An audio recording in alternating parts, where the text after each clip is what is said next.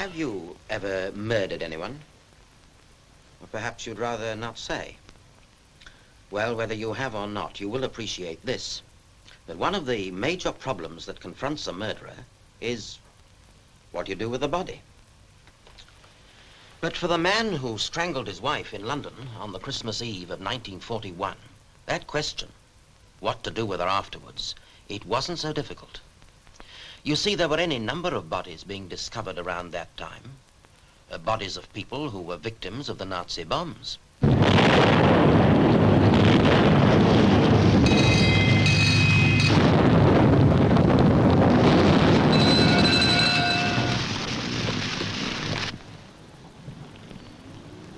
And so, when the German bombers departed and the sirens moaned the all clear, somewhere in London was a man who walked the streets feeling reasonably safe. Safe because somewhere beneath one of the mounds of rubble lay the body of a woman he had murdered. It'll be months before they find her, he thought, and he was right. It was over 2 years before the body of a woman was discovered in the cellar of a bombed-out schoolhouse in Islington. Hey, what's that? Come and have a look at this. Blimey. Looks like a skeleton or something. It's a skeleton, all right. Must have happened when the bomb fell. You better get the police. Here. Here.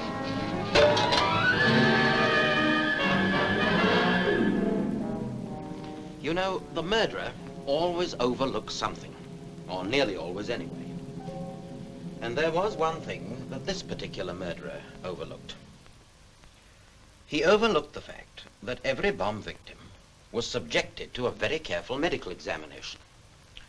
The cause of death had to be determined in order to make quite sure whether the murderer was one Adolf Hitler or whether it was murder by a person or persons unknown. After the police pathologist had made his report to the coroner, the incomplete remains were removed to the Department of Forensic Medicine at Charing Cross Hospital. In charge of the case, Superintendent Henley of Scotland Yard waited to hear the pathologist's report.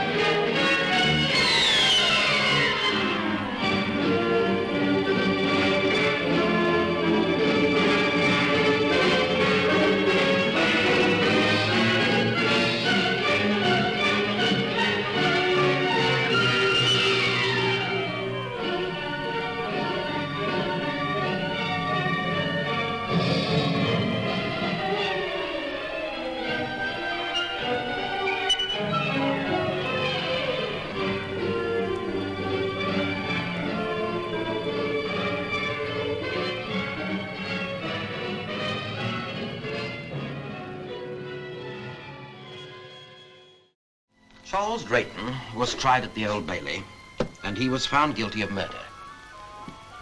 Although he never confessed to the crime, the evidence against him was quite overwhelming. And on September the 20th, 1944, he paid the supreme penalty. As to the real reason why he murdered his wife, well, everything seems to indicate that he did it simply to avoid paying her maintenance money. £1 a week. Any other way out of his dilemma never seems to have crossed his mind.